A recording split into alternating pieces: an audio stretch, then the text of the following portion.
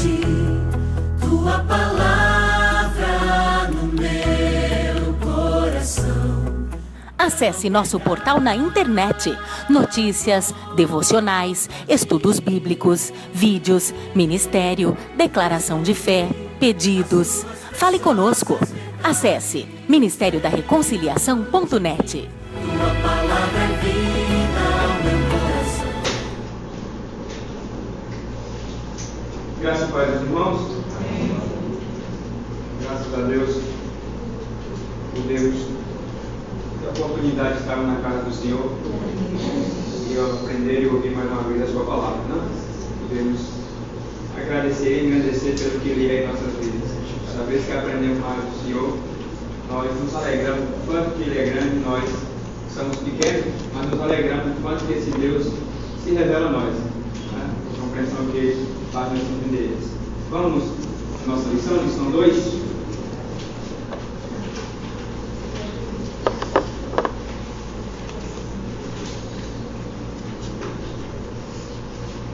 Lição 2, o símbolo do Espírito Santo. Vamos fazer a leitura do texto devocional da lição, que é João 16, versículo 1 a 11. Nosso versículo-chave, 2 Coríntios 1, 22. Então, primeiramente, João 16, 1 a 11. Vamos fazer o som dos irmãos. Verso 1. Tenho-vos dito essas coisas para que vos não escandalizeis.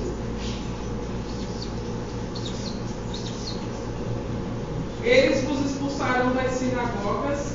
Chegará a hora em que aquele que vos matar julgará estar prestando serviço a Deus. E isso vos farão porque não conhecem o Pai e nem a mim. Mas tenho-vos dito isso, a fim de que, quando chegar aquela hora, vos lembrete que já vos tinha dito. Eu não vos disse isso desde o princípio, porque estava convosco. E agora vou para aquele que me enviou. E nenhum de vós me pergunta para onde vais? Pelo contrário, porque vos tenho dito estas coisas, a tristeza encheu o vosso coração?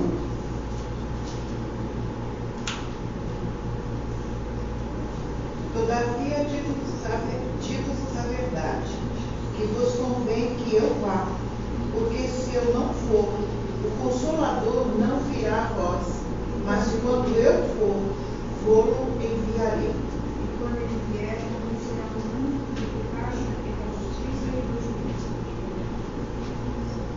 Do pecado, porque não creem em mim, da justiça, porque vou para o Pai, e não me vereis mais.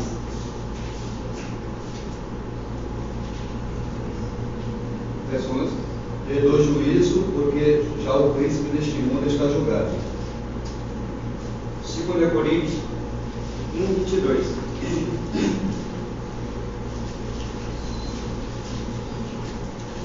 O qual também o selou e deu o penhor do Espírito em vossos corações. Amém? Os professores ali na frente estavam orando.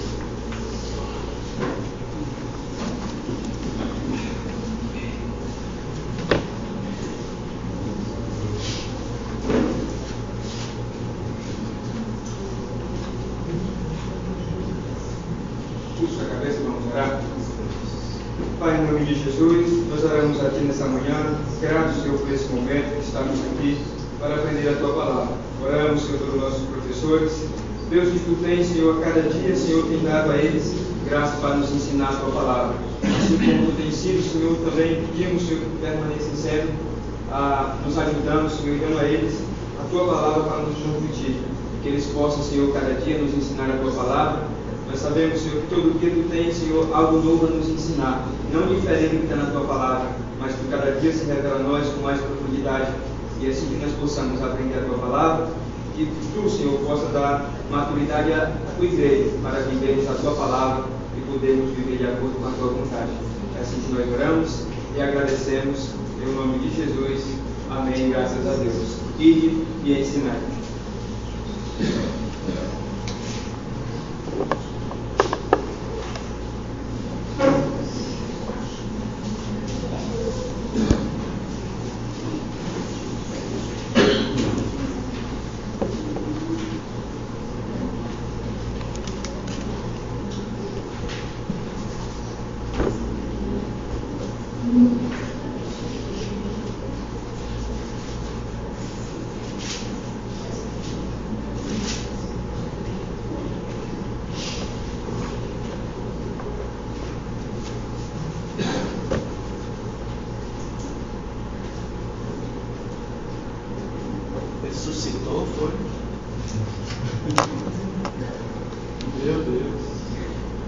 bem, filho?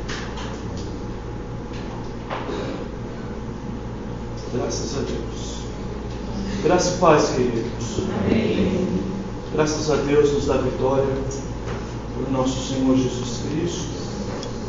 Vamos então à nossa aula número 2.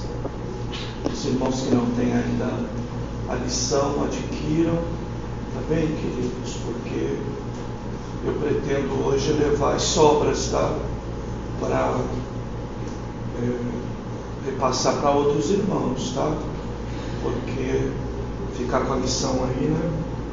É só prejuízo para a igreja, né? Então os irmãos adquiram, e se alguém quiser levar alguma para alguém, aproveita hoje, tá bom? Para a gente liquidar esse assunto, tá? Bem, nós aprendemos em 2 aulas aqui a lição de número 1, nos reportando bastante ao conteúdo em definir o Espírito Santo.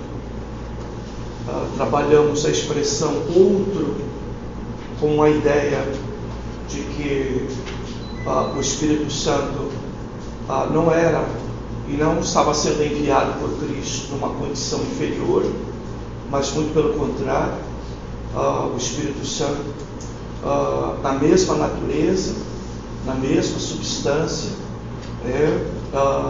do próprio Cristo e do próprio Deus, exatamente para entendermos de que não temos conosco alguém inferior a Cristo, temos igual a Cristo, que é o Espírito Santo. Segundo, falamos da natureza de personalidade do Espírito Santo, falamos do Espírito Santo com características de pessoa, já que nossa doutrina da Trindade se refere à pessoa do Espírito Santo como a terceira pessoa da Trindade, não é? Então destacamos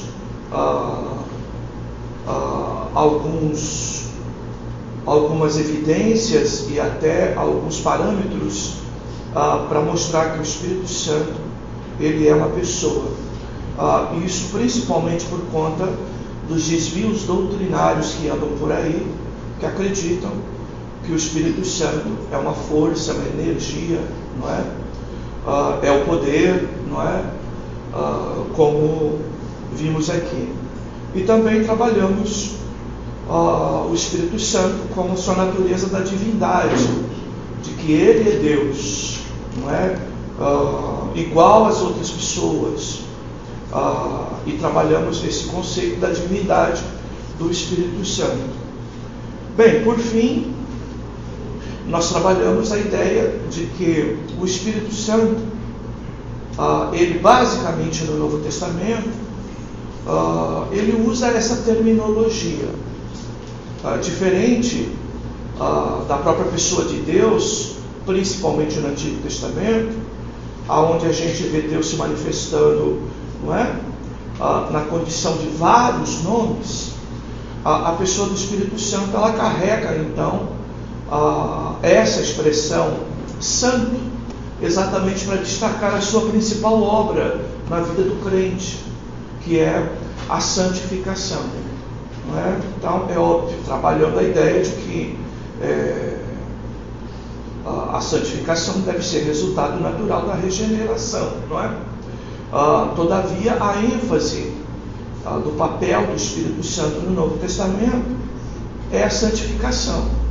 E aí você vai ver que corrobora isso com o Antigo Testamento, porque uma das marcas registradas de Deus no Antigo Testamento, em que ele se distinguia dos outros deuses, é a sua natureza moral da santidade, não é? Então, a mesma ênfase que nós teremos quando definimos Deus no Antigo Testamento, também temos na natureza do Espírito Santo, com essa ênfase de santificação, não é? Bem, um texto que a igreja muito conhece é que sem santificação ninguém verá o Senhor, porque a esse é o papel do Espírito Santo na vida do crente.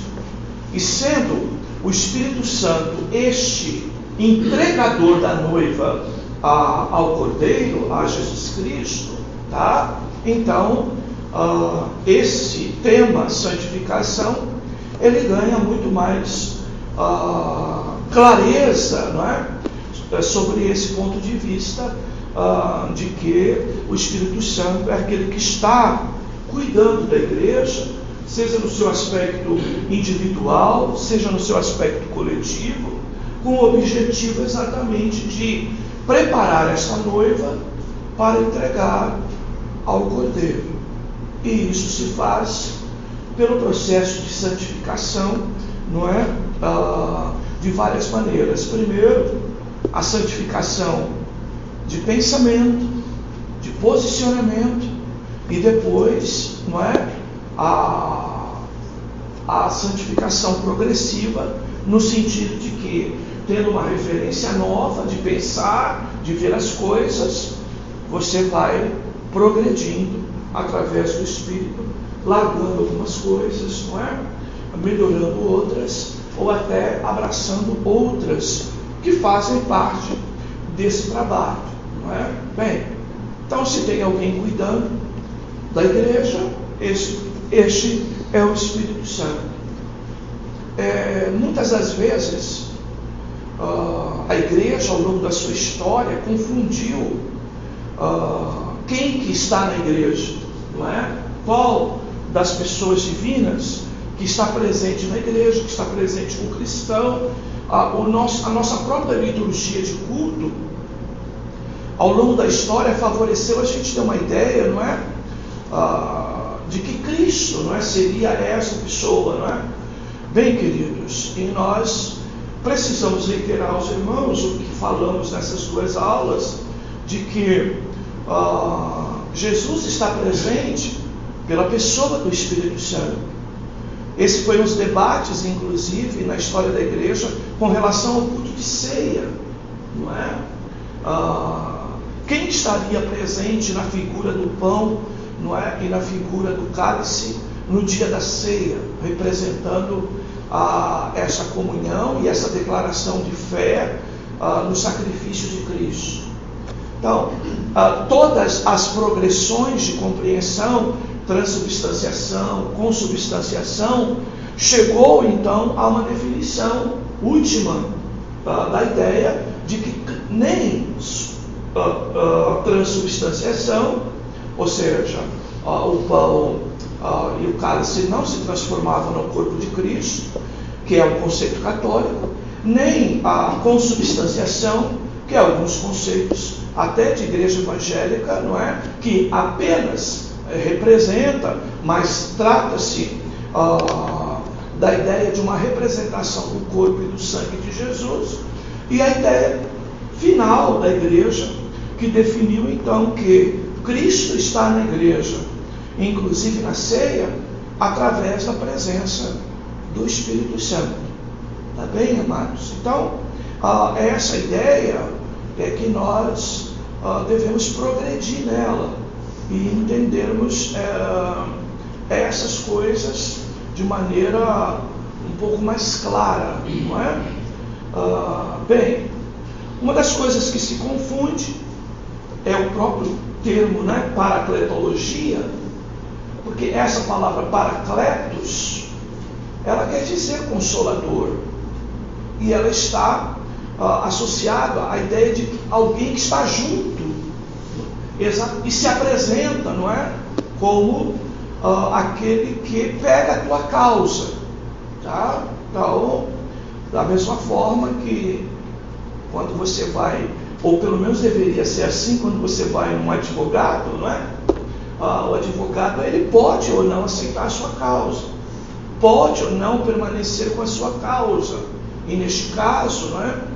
O Espírito Santo então é aquele que ao lado toma a nossa causa e cumpre um papel então junto de nós de paracletos, que é de consolador, que é de intercessor ou advogado, tá?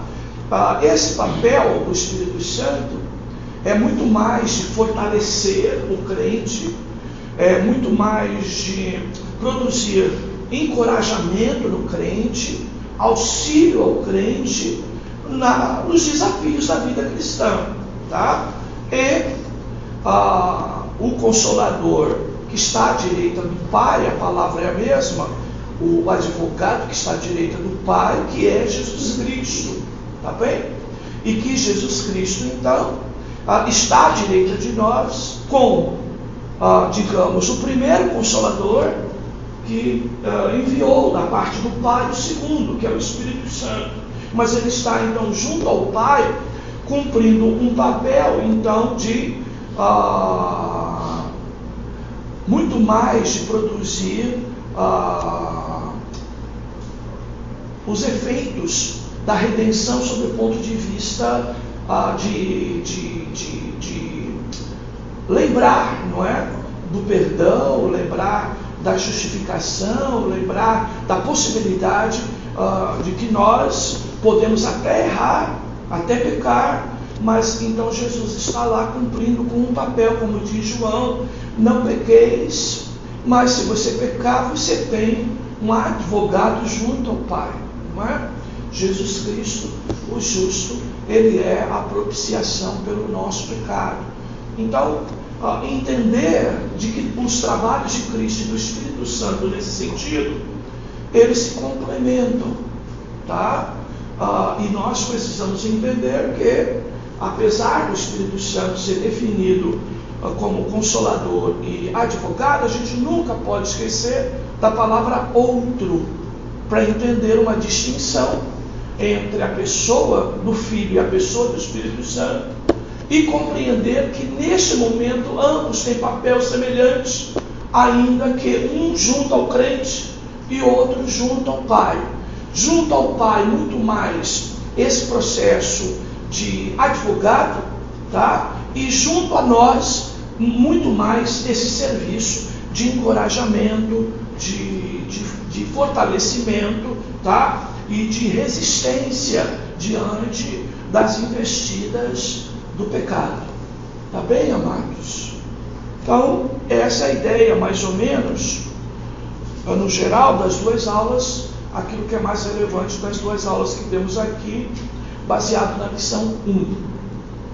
A lição 2 é, ainda que o escritor não tenha feito esse comentário, mas vocês lembram que fizemos aqui um comentário do pastor Marco Granconato no seu livro de doutrinas, aonde o Espírito Santo e a doutrina do Espírito Santo tem sido um dos temas com mais aberrações que nós temos na igreja evangélica, tá?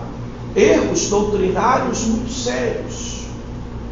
Bem, e como eu disse aos irmãos, o Espírito Santo, ele não usa nomenclaturas variadas, porque vocês sabem que os nomes variados, não é, de Deus, têm por objetivo revelar personalidade e caráter de Deus.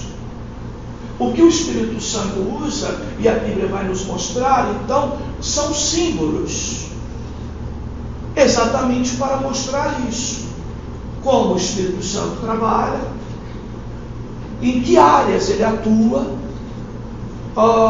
e até características de sua personalidade e caráter, tá? Então essa distinção que nós vamos ver.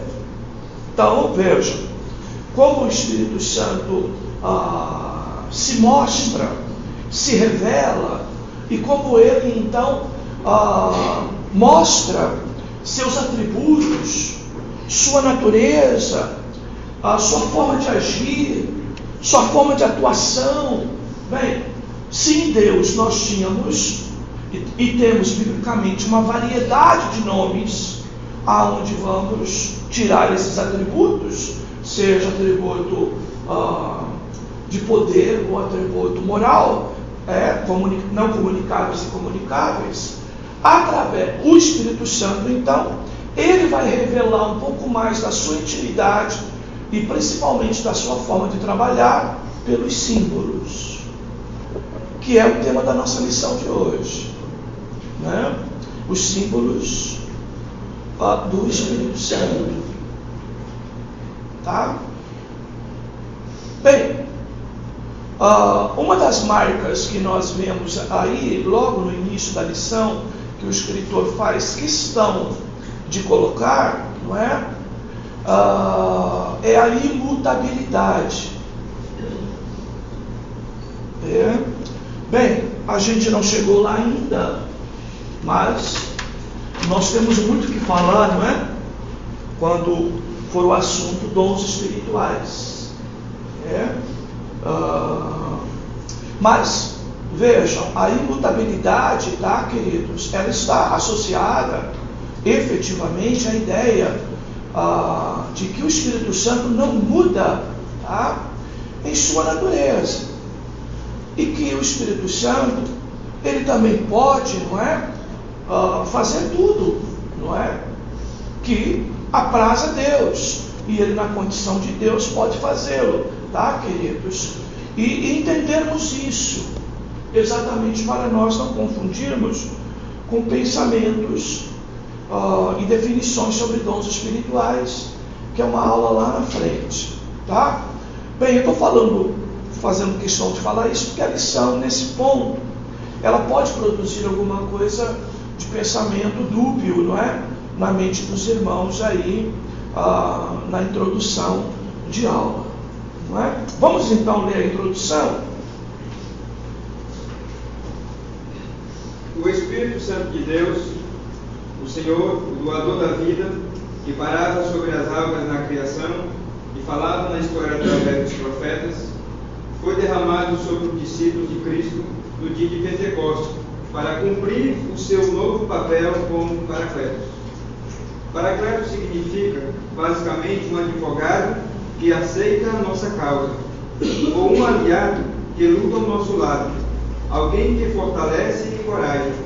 Jesus, o Paracleto original, continua seu ministério até hoje, através da obra do segundo Paracleto. Como Jesus Cristo, ontem e hoje é o mesmo e será para sempre, assim também o Espírito Santo. Desde Pentecostes, o Espírito continua fazendo o que Jesus prometeu fazer.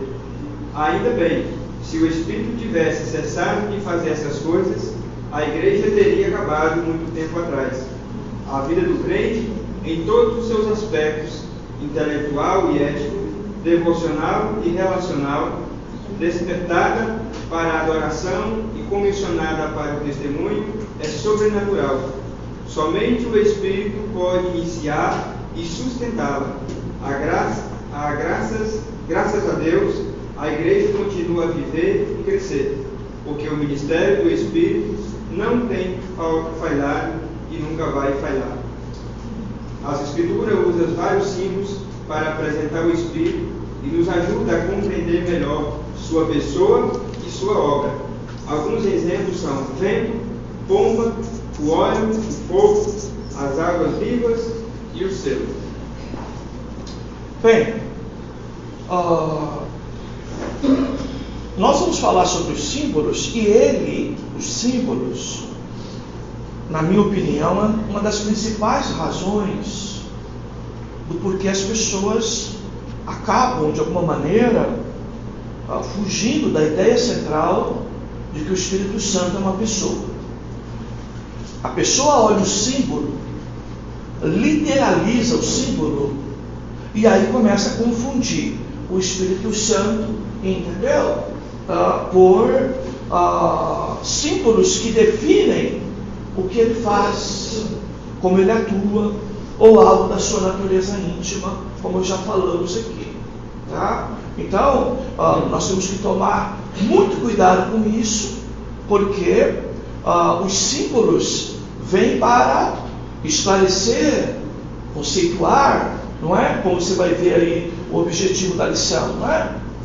Aprender os vários símbolos usados na Bíblia para descrever, a melhor palavra seria conceituar o Espírito Santo, tá? Então veja, aquilo que deveria ser usado para esclarecer, para aprofundar, para produzir um conhecimento mais claro a respeito do Espírito Santo, tem sido usado num caminho de distorção. Então, por exemplo, a ideia do vento. Então, muitos, não é, literalizam a ideia do vento e aí começam a associar, não é, certos movimentos, certas manifestações de poder, tá? Como se o Espírito Santo fosse, não é, apenas um conceito de vento, tá? Quando na verdade já expliquei para vocês, não é? Se Deus usa o nome dele variados para esclarecer coisas da sua intimidade, o Espírito Santo ele usa símbolos, tá? Para descrever a mesma ideia. Então veja, a ideia de vento aqui ela se reduz a um conceito, sim, de que o Espírito Santo ele é um poder, não é? E ele também, principalmente no texto bíblico, é um poder a serviço da vida. Ok? E aqui então você vai ter, por exemplo, a própria natureza da regeneração ou do novo nascimento, quando o próprio Jesus, não é, soprou sobre os discípulos, repetindo uma cena de Gênesis, não é, aonde Deus, depois de ter feito Adão, soprou em suas narinas para lhe dar fôlego de vida. E então o Espírito Santo, lá no texto de João, vai mostrar Jesus, então, de alguma forma, não é, lançando, não é, este ar, não é, sobre os discípulos, exatamente para mostrar um conceito de regeneração a partir de sua obra completa, não é? Tanto a morte como a sua ressurreição. Então vejam, essa ideia aqui do vento, ela deve nos reportar ao conceito do novo nascimento, em que o Espírito então de Deus, soprado sobre nós, vai oferecer a nós o poder de termos uma nova vida. Tá? Isso, repito, tá? Um pouco da palavra online de sexta-feira. Obra primeira de Deus na vida de alguém. Tá? Então, vai gerar esta vida através, então, deste sopro, deste vento. Então, é o papel invisível do Espírito Santo de, na vida dos crentes, dos salvos, não é? Ou daqueles que vão herdar a salvação, de manifestar, ok? O conceito de uma nova vida. Tá? Então, uma vida que possa agora o quê? Ouvir Deus, seguir a Deus, agradar a Deus, buscar a Deus, não é? Se santificar e dar todas as respostas que o velho homem caído não poderia dar, e que ele vai poder fazê-lo a partir disso. Tá? Então vamos ler a lição para entendermos alguns detalhes importantes aí. Tópico 1, o vento ou a respiração. O uso do símbolo do vento. Em muitas línguas, a palavra para espírito, respiração e vento é a mesma. Na língua hebraica, em que foi escrito o Antigo Testamento, há duas palavras para respiração. A nefshet, que significa respiração lenta, e ruach, que significa respiração profunda, que dá a ideia de violência ou poder. Essa última é usada em Êxodo 10:19. O Senhor fez soprar fortíssimo vento. Note-se então que a palavra da palavra ruach, que é poder, E essa é a palavra usada no Antigo Testamento para o Espírito. O Espírito do Senhor age com o poder de um vento forte. O homem não pode resistir. Ezequiel profetiza e diz: vem dos quatro ventos, ó Espírito, e sopra sobre esses mortos, para que viva. Ezequiel 37:9. Jesus, falando da obra regeneradora do Espírito, diz: o vento sopra onde quer, ouve a sua voz, mas não sabe de onde vem, nem para onde vai.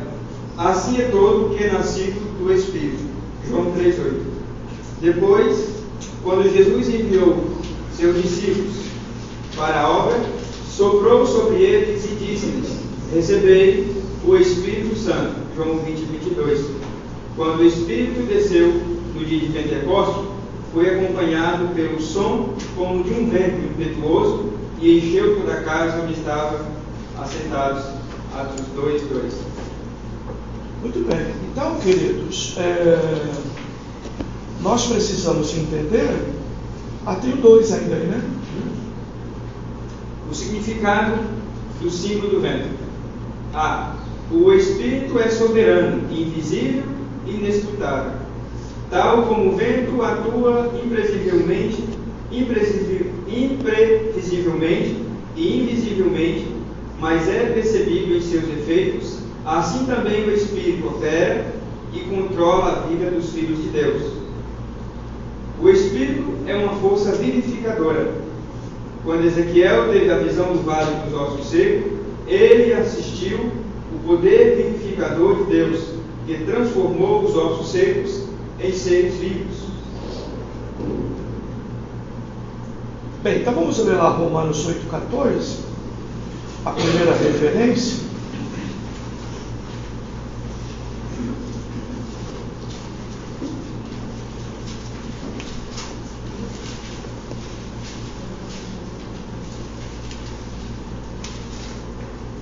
Porque todos os que são guiados pelo Espírito de Deus, esses são filhos de Deus. Muito bem.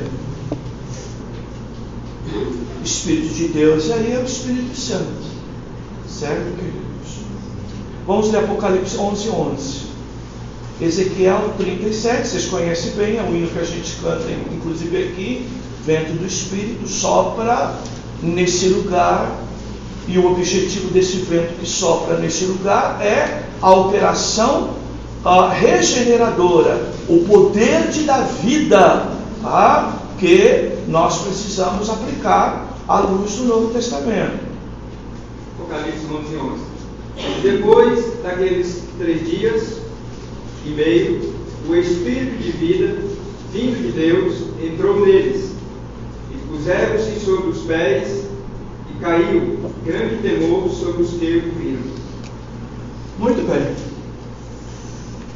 Então veja, essa ideia do vento, ou da respiração, está relacionada então à ideia do poder de vida, e isso no aspecto espiritual se traduz como regeneração. Tá bom, queridos? Bem, então fique claro, o Espírito Santo não é um vento, não é.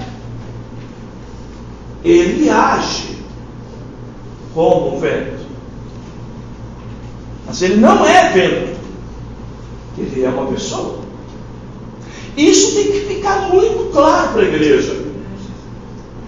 E por que eu estou dando ênfase a isso? Tá, queridos? Por quê? Doutrina de TJ vai contradizer isso, não é? Doutrina de Mormon vai contradizer isso.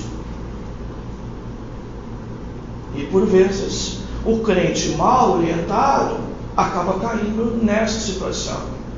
Outra coisa séria, nós que viemos, a maioria de movimentos pentecostais, geralmente o Espírito Santo lá é o que faz bagunça, é o que faz barulho. É o poder simplesmente manifestado, não é? Nesses exageros que a doutrina pentecostal não ensina isso, mas que as igrejas se transformaram nisso. E aí alguém associa o Espírito Santo, não é? Ou melhor, dificilmente um crente que não frequenta uma boa escola dominical, se você perguntar para ele quem é o Espírito Santo, ele vai dizer, é uma pessoa. Ele vai, muitas das vezes, buscar referências como essa, porque na igreja dele, até para alguém dizer que tem o Espírito Santo, é alguém que fala línguas. E se não fala línguas, não tem o Espírito Santo. Isso é o que a gente ouve, que é um outro, desculpe, isso é um erro terrível. Isso é um erro terrível. Limitar a pessoa do Espírito Santo a um batizador no sentido de produzir a ideia de línguas estranhas. Tá? Isso é reduzir a ponto até de uma afronta. Bem, eu repito, a doutrina, em sua base, não ensina isso, essa redução. Mas, tudo que se ouve de Espírito Santo nessas igrejas é isso. Então eu repito, o Espírito Santo não é evento, mas ele age, ele tem características, ele trabalha, não é? Com esse objetivo. Como ele é invisível, ele trabalha a mesma ideia do vento, no sentido de produzir ar, tá? De produzir respiração.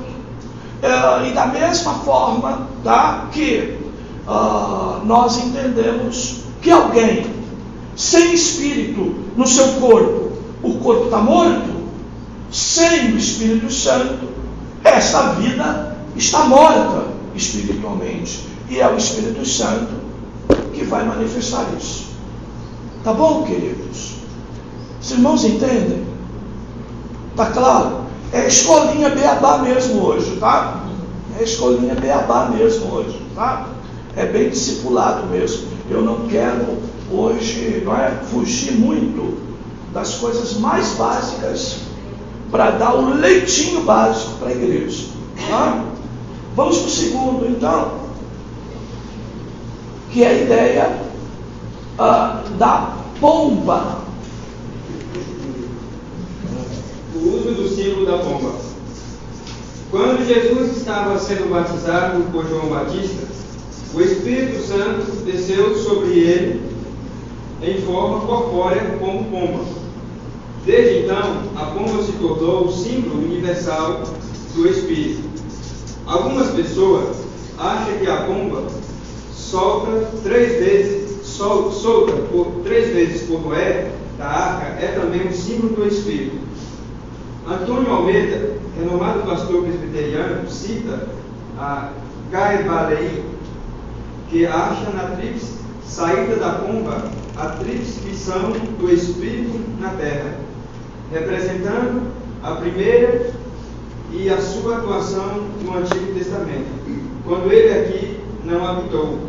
A segunda, seu atual testemunho de que o juízo divino para o crente já passou. E a terceira, seu derramamento futuro sobre toda a carne. Segundo, o significado do símbolo da pomba. A. Representa amor, graça e pureza. Salmo 68:13 refere-se ao brilho de suas asas quando se levantam a voar. Cantares 1:15, os seus belos olhos. E Isaías 38:14, a sua voz gemente. E Cantares 2:14, 5:12, 6:9, as suas disposições graciosas e gentis. Representa também simplicidade e inocência. Na literatura judaica, Ismael é representado como pomba, devido à sua simplicidade. Entre o gentio, que aparece como serpentes, devido à sua sagacidade em praticar o mal. Ok. Bem, para simplificar, eu reduzi aqui a ideia, não é? A esse conceito de que a pomba, então, é uma forma de mostrar a graça transformadora de Deus. Bem, você viu aí que as características, não é? Tem livros até especialistas nisso, em falar, não é, sobre a pomba, não é, exatamente para mostrar um pouco do seu íntimo, não é, para falar um pouco sobre, principalmente, simplicidade, para falar sobre inocência, tá? No sentido de pureza, tá bom, queridos? Porque, né, inocência é uma palavra condenada na Bíblia, não é? Então, a ideia da pureza da pomba, não é? A ideia desta graça, tá? Representada na ideia da pomba, que trabalha exatamente esse aspecto então da graça transformadora. Então, como que a gente pode apresentar isso? A pessoa do Espírito Santo, e aqui você vê, diferente daqui, ela se apresenta, não é? Aqui corporeamente. A ideia, então, aqui é que uma pessoa regenerada, tá? Que nasceu de novo, ela recebe o Espírito Santo, e esse Espírito Santo, então, vai mostrar na vida dessa pessoa evidências de que ela foi transformada. Então, essa pureza, essa capacidade até de amor, esta coisa de não suspeitar mal, de não ver sempre pecado na vida dos outros, principalmente, porque na nossa, né, muitos não sabem nem o que é isso, mas para ver na vida dos outros é tão fácil, não é? Então, começa a trabalhar no íntimo do crente, não é? Uma visão mais pura de mundo, pura dos irmãos, pura da igreja, tentar enxergar boas intenções na vida de alguém, tá? E começa então nesta hora a mostrar uma pessoa mais compreensiva, mais amável, mais cuidadosa, que ampara mais, que cuida mais. Então é a presença da graça transformadora na vida de alguém, capaz de mudar alguém bruto, duro, não é? Transformar a pessoa um pouco mais maleável, capaz de amar, de cuidar, de ser gentil, não é? Então, o ciclo da pomba, ele trabalha exatamente isso. Você vai ouvir a palavra: este é meu filho amado, em que me comprazo.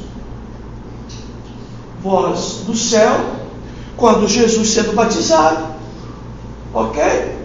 A pomba, representando o Espírito Santo, pousou sobre Jesus, ok? Exatamente para mostrar a Trindade presente no batismo de Jesus. E essa palavra, este é meu filho amado, representa a mensagem desta pomba, tá? De uma graça transformadora que vai produzir não apenas na vida de Cristo, que era santo, não é? Mas vai produzir na vida de todos aqueles que recebem a salvação essa ideia, não é? De uma relação de amor com Deus, de entender o que é a graça, um favor imerecido, e a partir daí exercer graça, misericórdia, amor, compaixão, cuidado pela vida das pessoas, principalmente porque tem seu jeito mais duro, mais implacável de juiz, sendo de alguma forma ajustado para manifestar também misericórdia. Tá, queridos? Então, essa ideia, tá bom? Talvez um pouco complexa, mas ela trabalha exatamente esse conceito, o conceito de evidências na vida do regenerado, de que ele passou ou está passando por uma transformação, tá?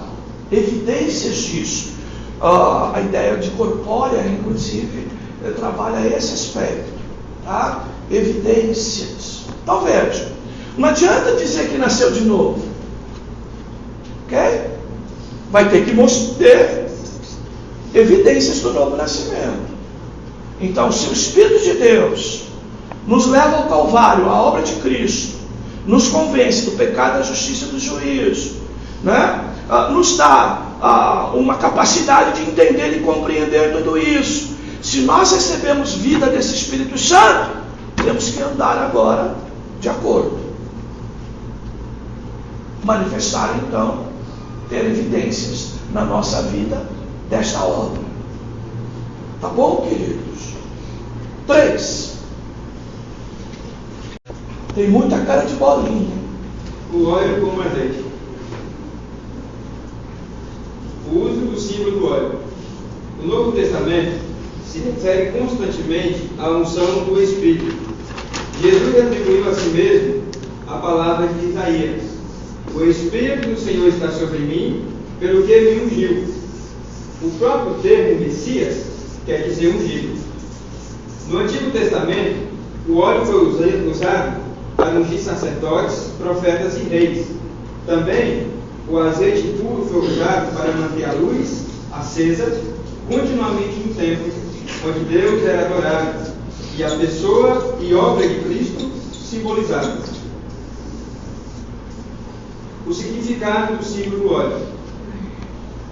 O Espírito unge com poder para o serviço do Senhor.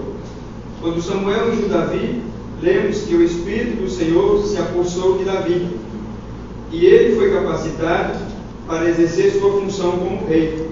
Assim, o Espírito dá a preparação indispensável para a obra do Senhor. Foi isso que aconteceu com Jesus. Deus ungiu a Jesus de Nazaré com o Espírito Santo e com poder.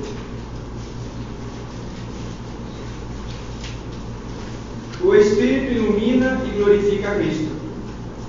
O óleo que as virgens colocaram nas suas lâmpadas representava o Espírito, sem o qual ninguém pertence a Cristo. É o Espírito que ilumina o nosso coração.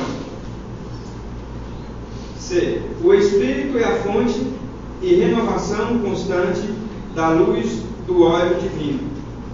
Zacarias teve a visão do candelabro e do vaso de azeite, e no fim vieram essas palavras do Senhor: não por força nem por poder, mas pelo meu Espírito.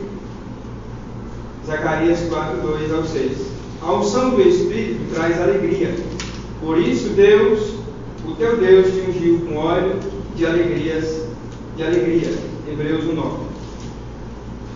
Muito bem, queridos. Então nós temos um outro símbolo, né?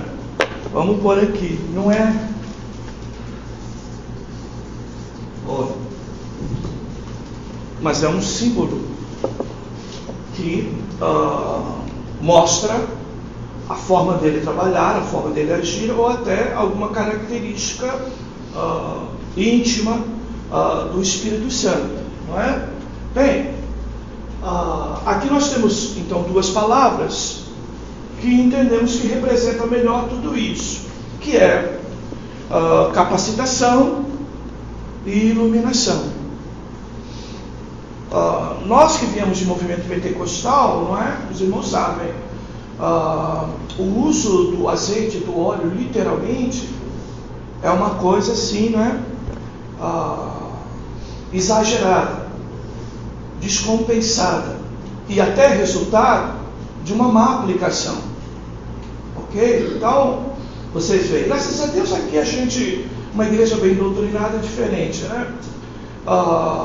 Raramente, um ou outro caso, a gente termina um culto e vem neguinho fazer fila aqui para o pastor orar individualmente. Vocês veem, aqui não acontece isso. Mas já aconteceu. Pouco, mas já aconteceu. Tá? Então hoje, nós aceitamos e cremos na oração coletiva, nós descansamos na vontade de Deus, e nós não ficamos buscando essas coisas. Mas igrejas que nós viemos, tinha fila. Final do culto terminou, não foi suficiente. A pessoa quer oração particular. Tá? Bem, Diferente de quando nós estamos longe da igreja ou da reunião e nós pedimos oração por algo eventual que aconteceu. Ou quando algo, não é, diferente, que nos incomoda, a gente pede a oração específica no caderno de oração, não é? Ou no grupo da igreja. São coisas diferentes. Mas quando a pessoa principalmente está na igreja, e ela por vezes solicita a oração, muitas das vezes a primeira coisa que o obreiro vai fazer, está com dor, está com isso, aquilo, outro, vai pegar o azeite, literalmente. Tá? Então, igrejas nesse modelo que eu falei para vocês acabam adotando isso. Outros, as aberrações continuam, não é? Um abismo chama outro. O azeite normal, não é? Aí, né? Comprado no dia, não serve. Pegar o dia, né? Pegar o mercado mais pobre. O dia não serve, é o mercado que eu compro, tá? Não serve, não é, queridos? E aí, vai trazer azeite ungido de Israel. Aí faz aquela propaganda toda. Hoje, inclusive, tem com mirra, com não sei o que, mas não sei o que, com aromas diferentes. Não é? Bem, ele já puxa o azeite. E muitas das vezes, em terceiro lugar, o irmão que vem pedir oração, ele pede: dá para ungir com azeite? Dá para você orar por mim com azeite? A irmã que outro dia pediu isso. E aí, como a ficha dela é devagar, eu falei: meu Deus, doutrinar a irmã aqui agora vai ser um problema, né? Bem, mas nós não temos mais, tá? Faz anos que não temos mais isso. Por quê? Porque entendemos, ok, que o ungido é Jesus Cristo. E todos nós que temos o Espírito Santo, desde o momento da regeneração, do novo nascimento, nós também temos a unção do Espírito sobre nós. Por quê? Porque o Espírito Santo está na nossa vida. Então nós não precisamos de símbolo. Ainda que entendamos que o símbolo é importante para mostrar o que significa, e não para literalizar e usar. Até porque o texto da orientação de carta, não é? De Pedro, né? De Tiago, tá? Ali, como já vimos aqui no nosso estudo de grego, inclusive, a expressão ali, quem está doente, chama os presbíteros da igreja e orem usando o azeite. Ali, o azeite, o seu original está relacionado a um elemento terapêutico, como se fosse um remédio. Como se você, como eu, tomo minha cibalena, não é? E oro pelo remédio.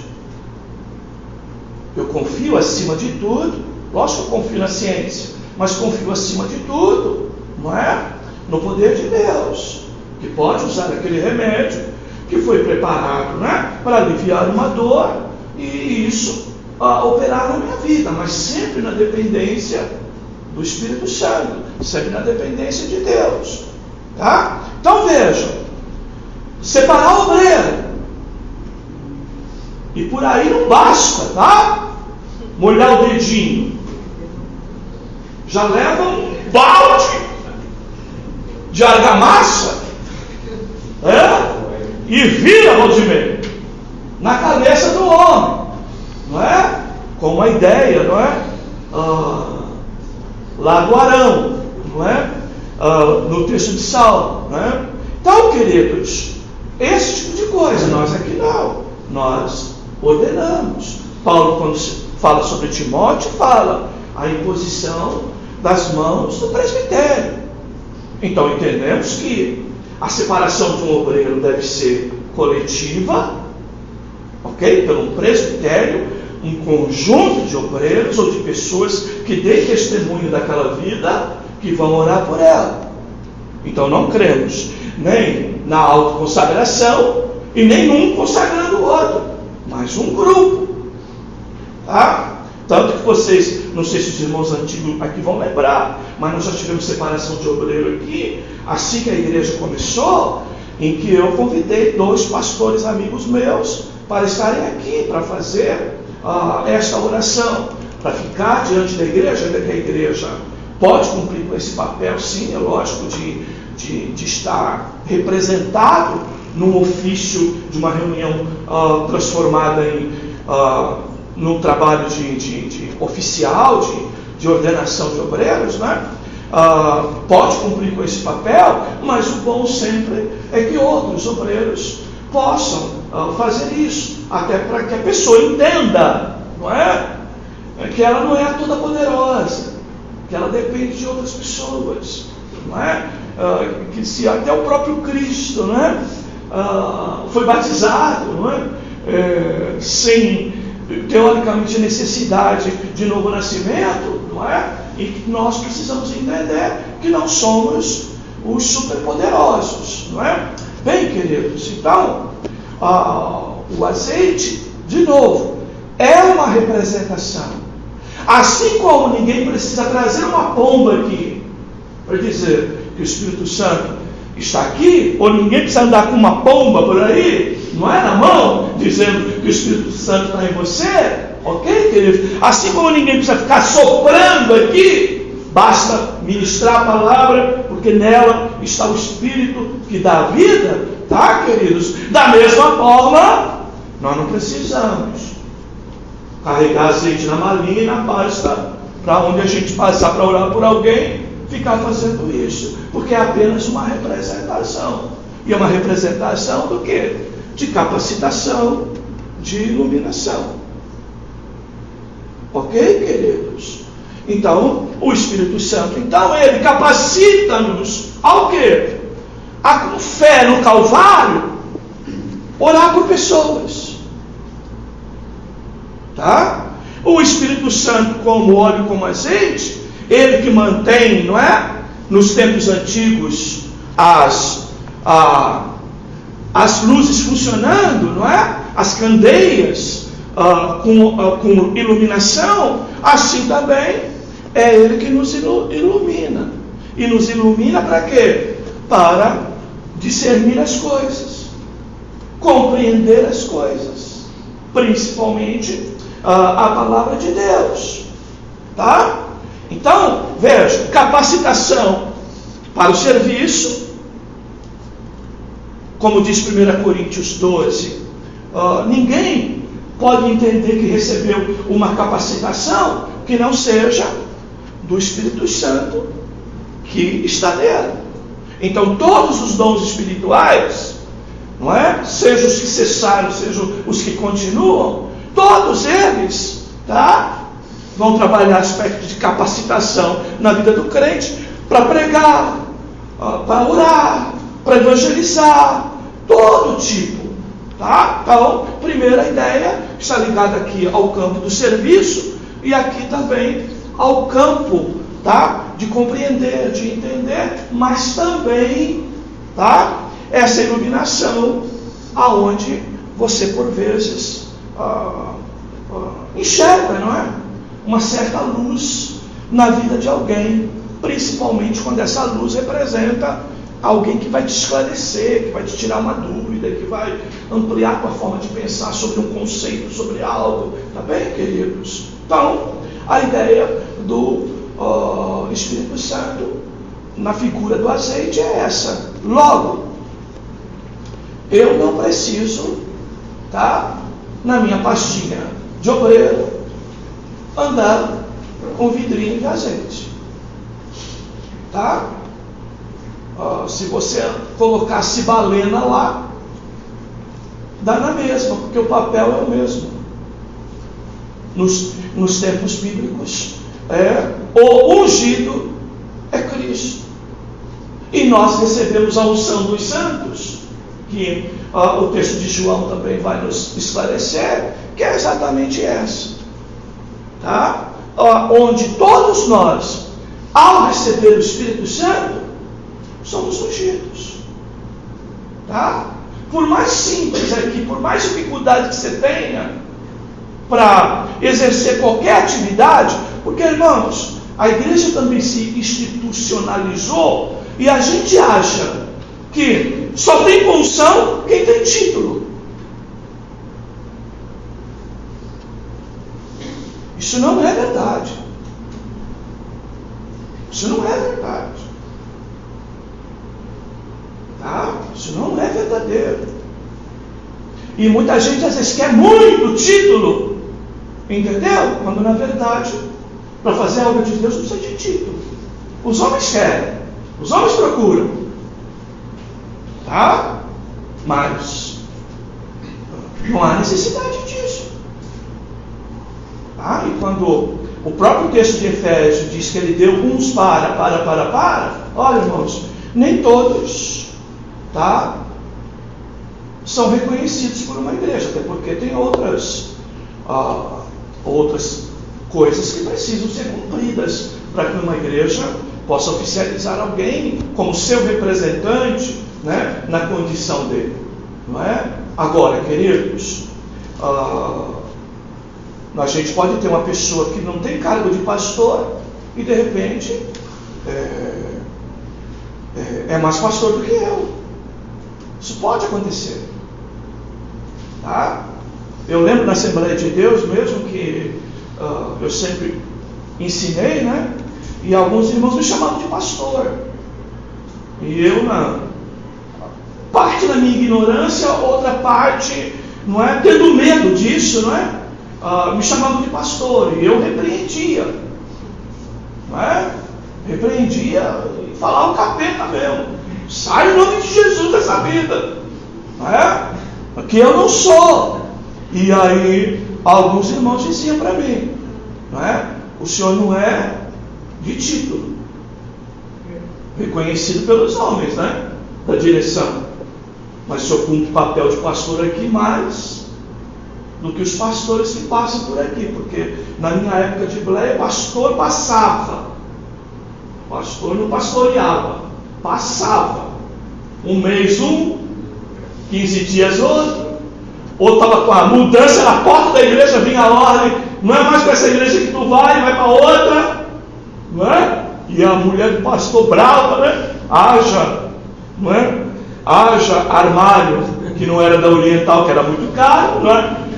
Para manter, não é, essa casa, de tanto que fazia e desfazia mala e mudança. Então, queridos, vejam, a ideia aqui é que nós temos essa unção, todos, como diz João, vou ler esse texto, pega o texto lá, é a primeira carta.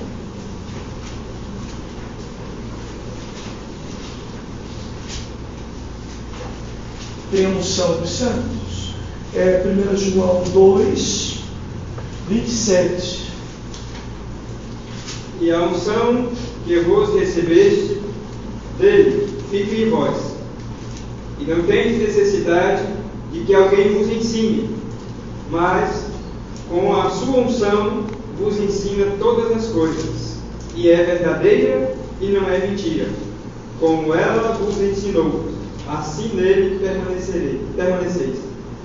permanecereis. Olha só, queridos, tá? Do que está falando aí? Que unção é essa? O Espírito Santo. Quem que recebe essa unção? Só pastor na hora da... Não. Tá? Ordenação é uma coisa ao ministério, tá? Ou separação ao ministério, né? E o pessoal usa ungido ao ministério. O ungido ao ministério, queridos, desculpe, né? É Cristo, né? O próprio Isaías, quando profetizou, Jesus disse: hoje se cumpriu essa palavra, tá? O Espírito do Senhor é sobre mim, me ungiu, não é? Hoje cumpriu essa palavra. Então, qual é essa unção? Tá? Então, é a pessoa do Espírito Santo na nossa vida, nesta representação, nesse símbolo de capacitação e iluminação. Capacitação para a obra e iluminação, como está aqui no texto. Para quê? para compreender todas as coisas, discernir todas as coisas e até entender o que é certo e o que é errado quando alguém vem te trazer uma doutrina falsa, como é o contexto aqui, não é? Quando os gnósticos estavam crescendo dentro da própria igreja. Não é, queridos? É isso. 4. Agora, o fogo. O irmão é fogo puro. O uso do símbolo do fogo. No dia de Pentecostes, línguas como de fogo pousaram sobre cada um dos discípulos e todos ficaram cheios do Espírito. João Batista, falando de Jesus, disse: Ele vos batizará com o Espírito Santo e com fogo. Significado do símbolo do fogo. O fogo do Espírito purifica. O Espírito convence do pecado e do juízo, e queima tudo dentro de nós que não está em conformidade com a vontade de Deus. O fogo do Espírito julga. Em Lucas 3,17 notamos que a sua pá ele a tem na mão, para limpar completamente a sua eira e recolher o trigo do seu celeiro, porém queimará a palha em fogo inextinguível. Veja também as palavras de Paulo: qual seja a obra de cada um, o próprio fogo o provará. Se a obra de alguém se queimar, sofrerá ele dano, mas esse mesmo será salvo, todavia, como que através do fogo. Por isso, não apagueis o Espírito. Olha só.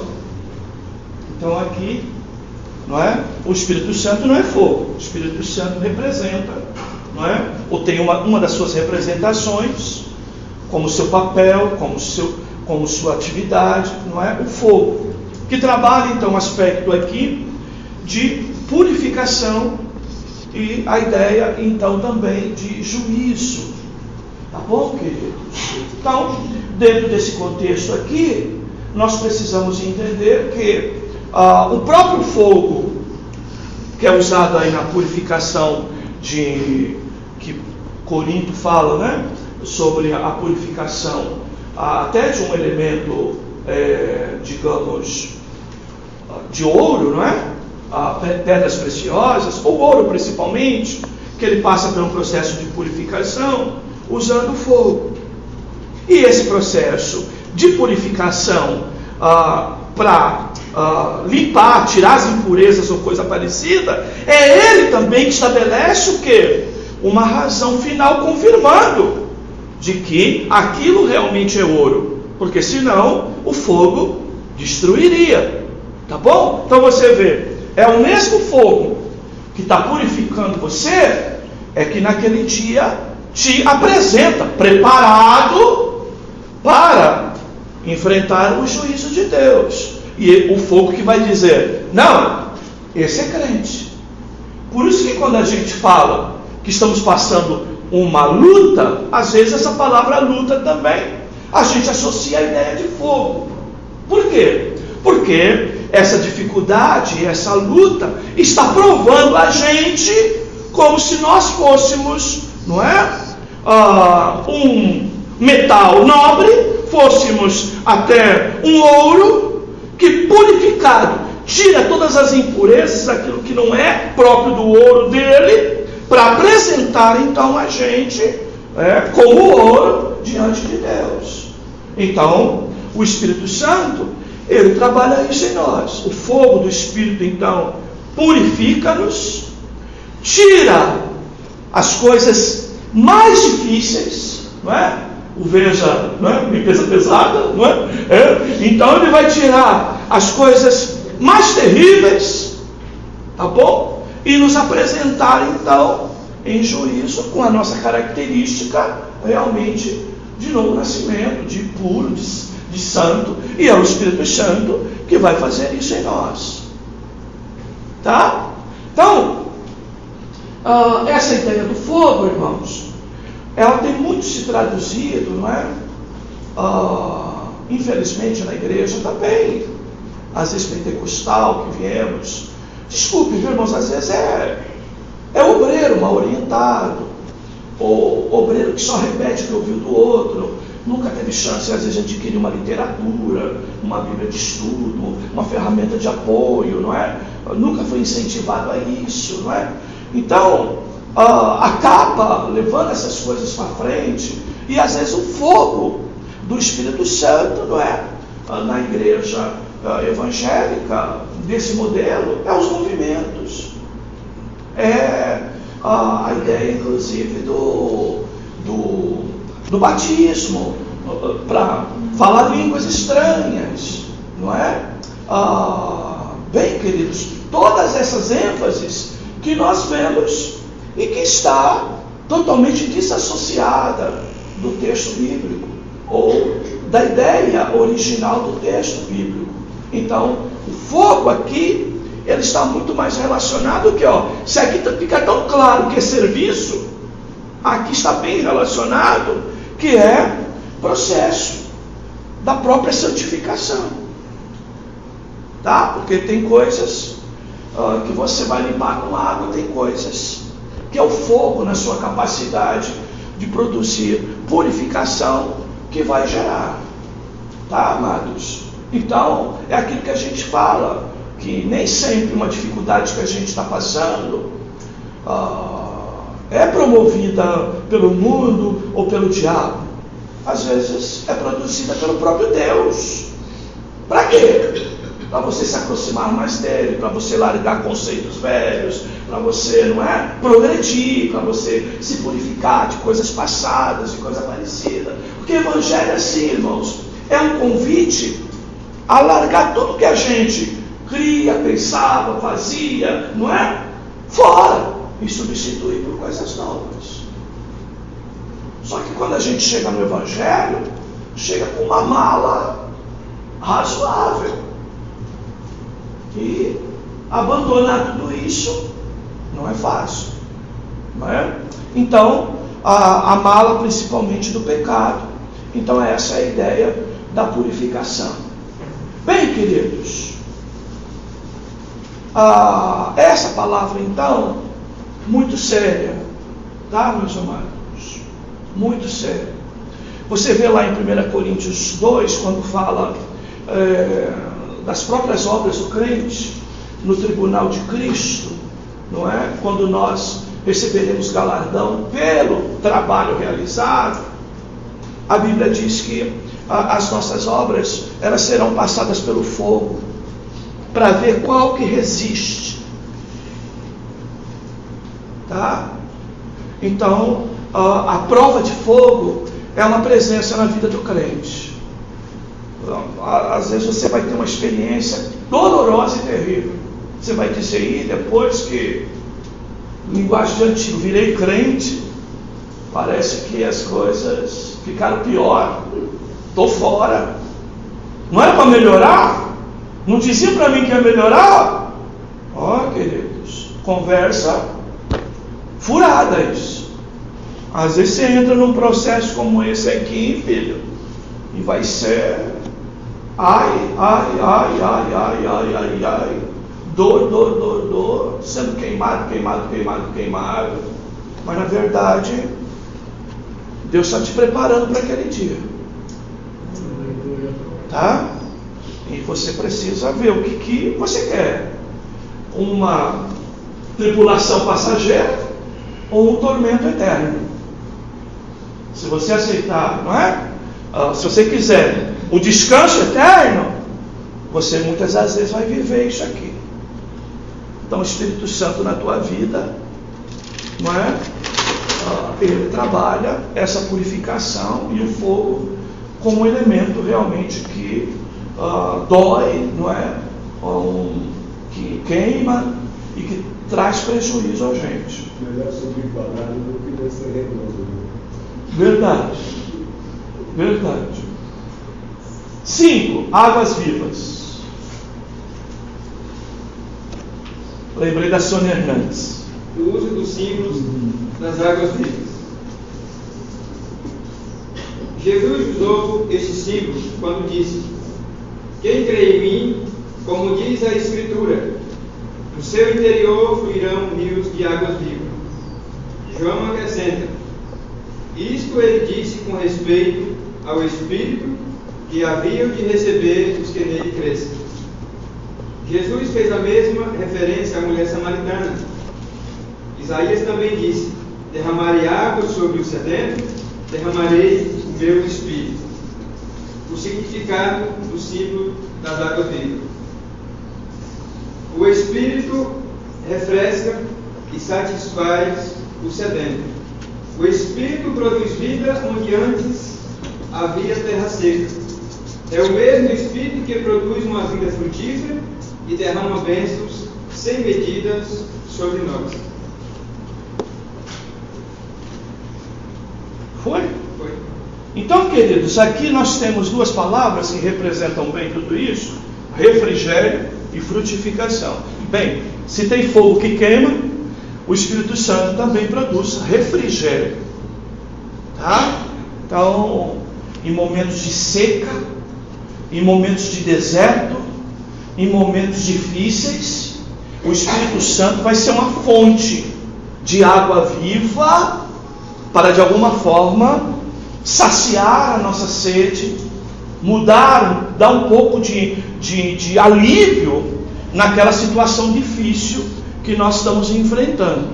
Tá? Então essa palavra refrigério, eu gosto muito lá do Salmo 42, como o cervo brama pelas águas correntes, assim a minha alma clama por ti. Então essas águas correntes, não é? Essas fontes de água viva, ela produz isso, a ideia do refrigério. Por quê, irmãos?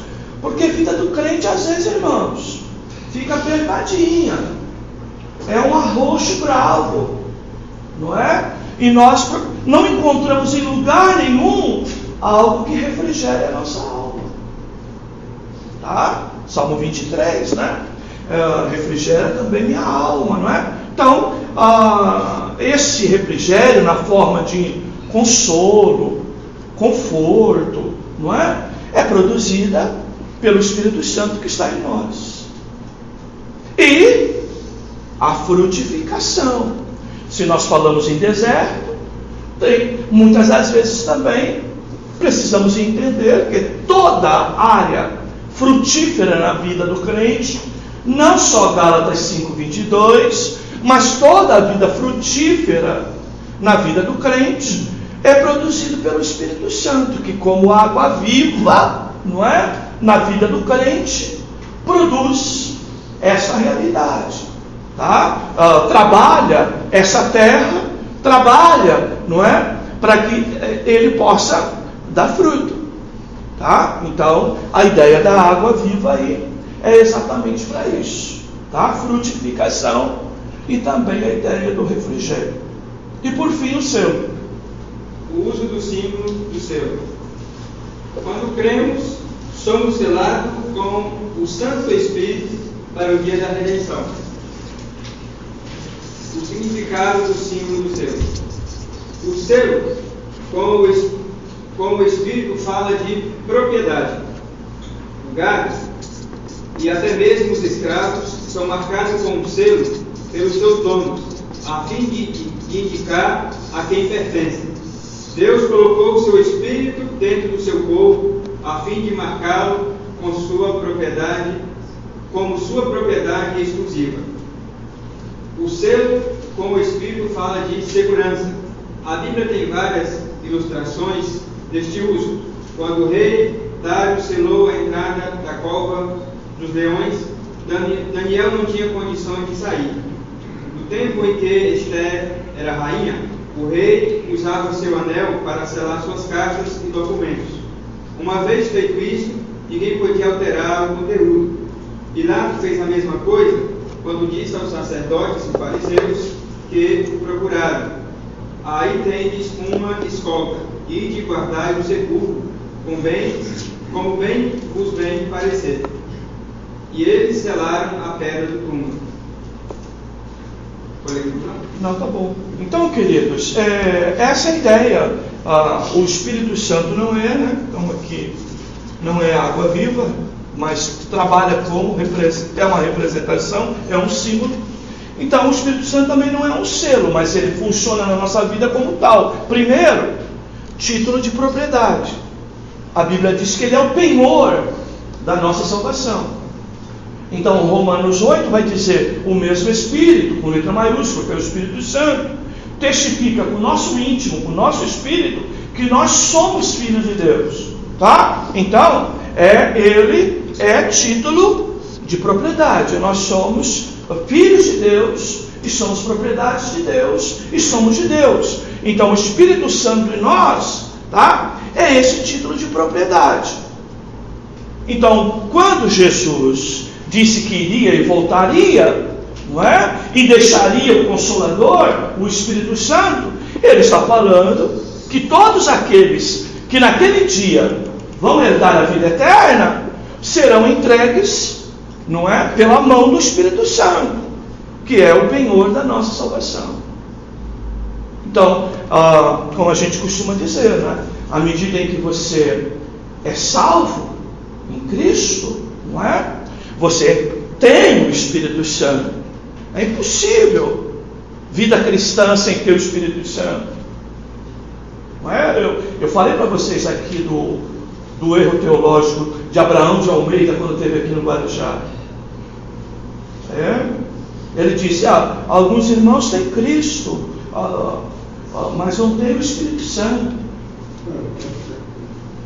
Ele usou o texto de Filipenses para dizer que a plenitude de Deus é ter o Pai, o Filho e o Espírito Santo, como se alguém pudesse ter um e não ter outro. Isso não existe. Isso é invenção tola. Abraão de Almeida. Brincadeira? Então, ele, em nós, é a garantia. Aí sim, por isso, não entristeçais o Espírito Santo. Ele é a garantia de que você é propriedade de Deus. E se você não tiver ele na tua vida, não tem vida cristã. Por isso, é fundamental. Agora imagine nessas igrejas, vai buscar o Espírito Santo com forma de batismo, e aí o povo entende que não tem o batismo, que não tem o Espírito Santo, melhor dizendo.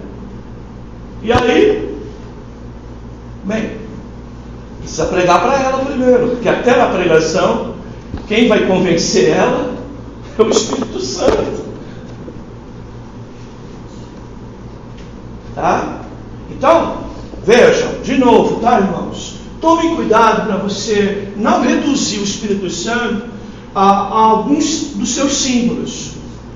Ele é uma pessoa. O fato de aqui aparecer como água, aqui como um selo, aqui, não é? Como o fogo, não é? Aqui como o vento, aqui como uma pomba, não é? Aqui como o óleo. Não reduz ele a essa natureza. A sua natureza é pessoal, é de personalidade. O Espírito Santo é a terceira pessoa da Trindade. Então não pode ser confundido com coisas, com elementos. Mas o seu trabalhar, sim, para se entender como ele trabalha e a evidência dele na vida do crente, não é? Através dos símbolos, nós vamos compreendendo melhor. Tá bom, amados? Vamos orar? Eu me perdi na hora. Eu vendo os egípcios entrando, eu sei que eu perdi a hora.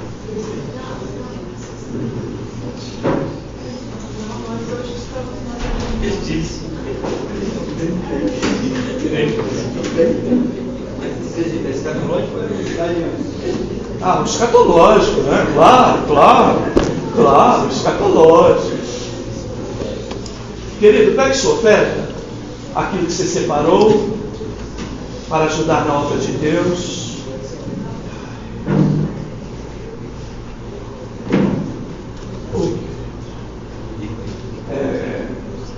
Espírito Santo.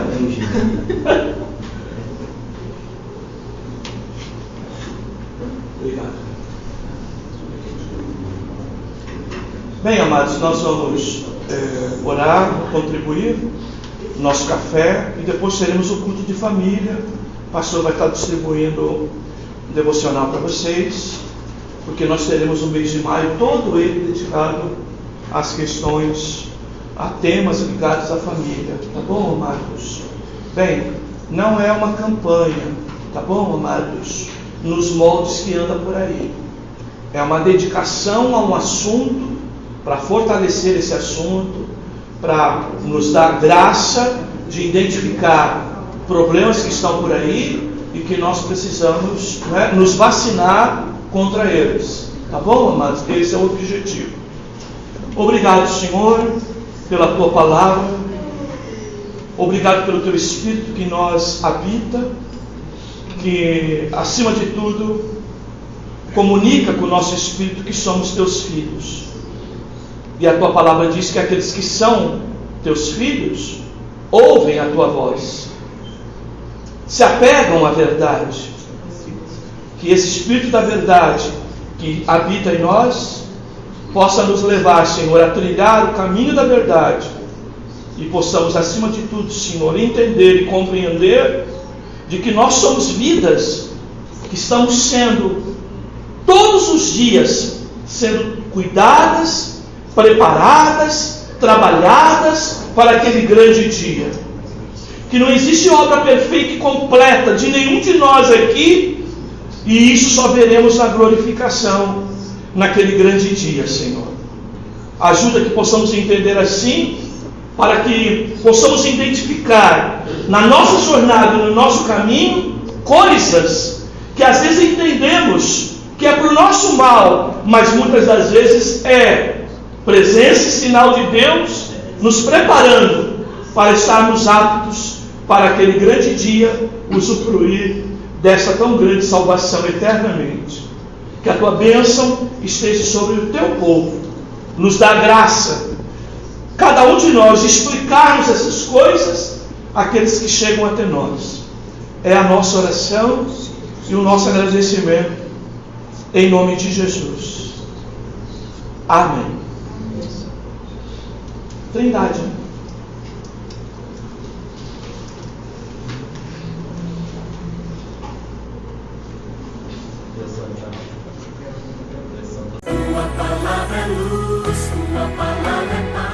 Venha estudar a Palavra de Deus conosco, Seminário Teológico da Reconciliação. Aqui se estuda com profundidade. Aulas terças e quintas-feiras, às 20 horas. Grade curricular de 64 matérias. Especialização em apologética. Matrículas abertas. Participe das Semanas Acadêmicas de Teologia e Conhecimento Teológico. Rua Oswaldo Aranha, 790, Jardim Maravilha, Vicente de Carvalho, Guarujá. Mais informações, acesse ministériodareconciliação.net. Quero de hoje em diante ser sempre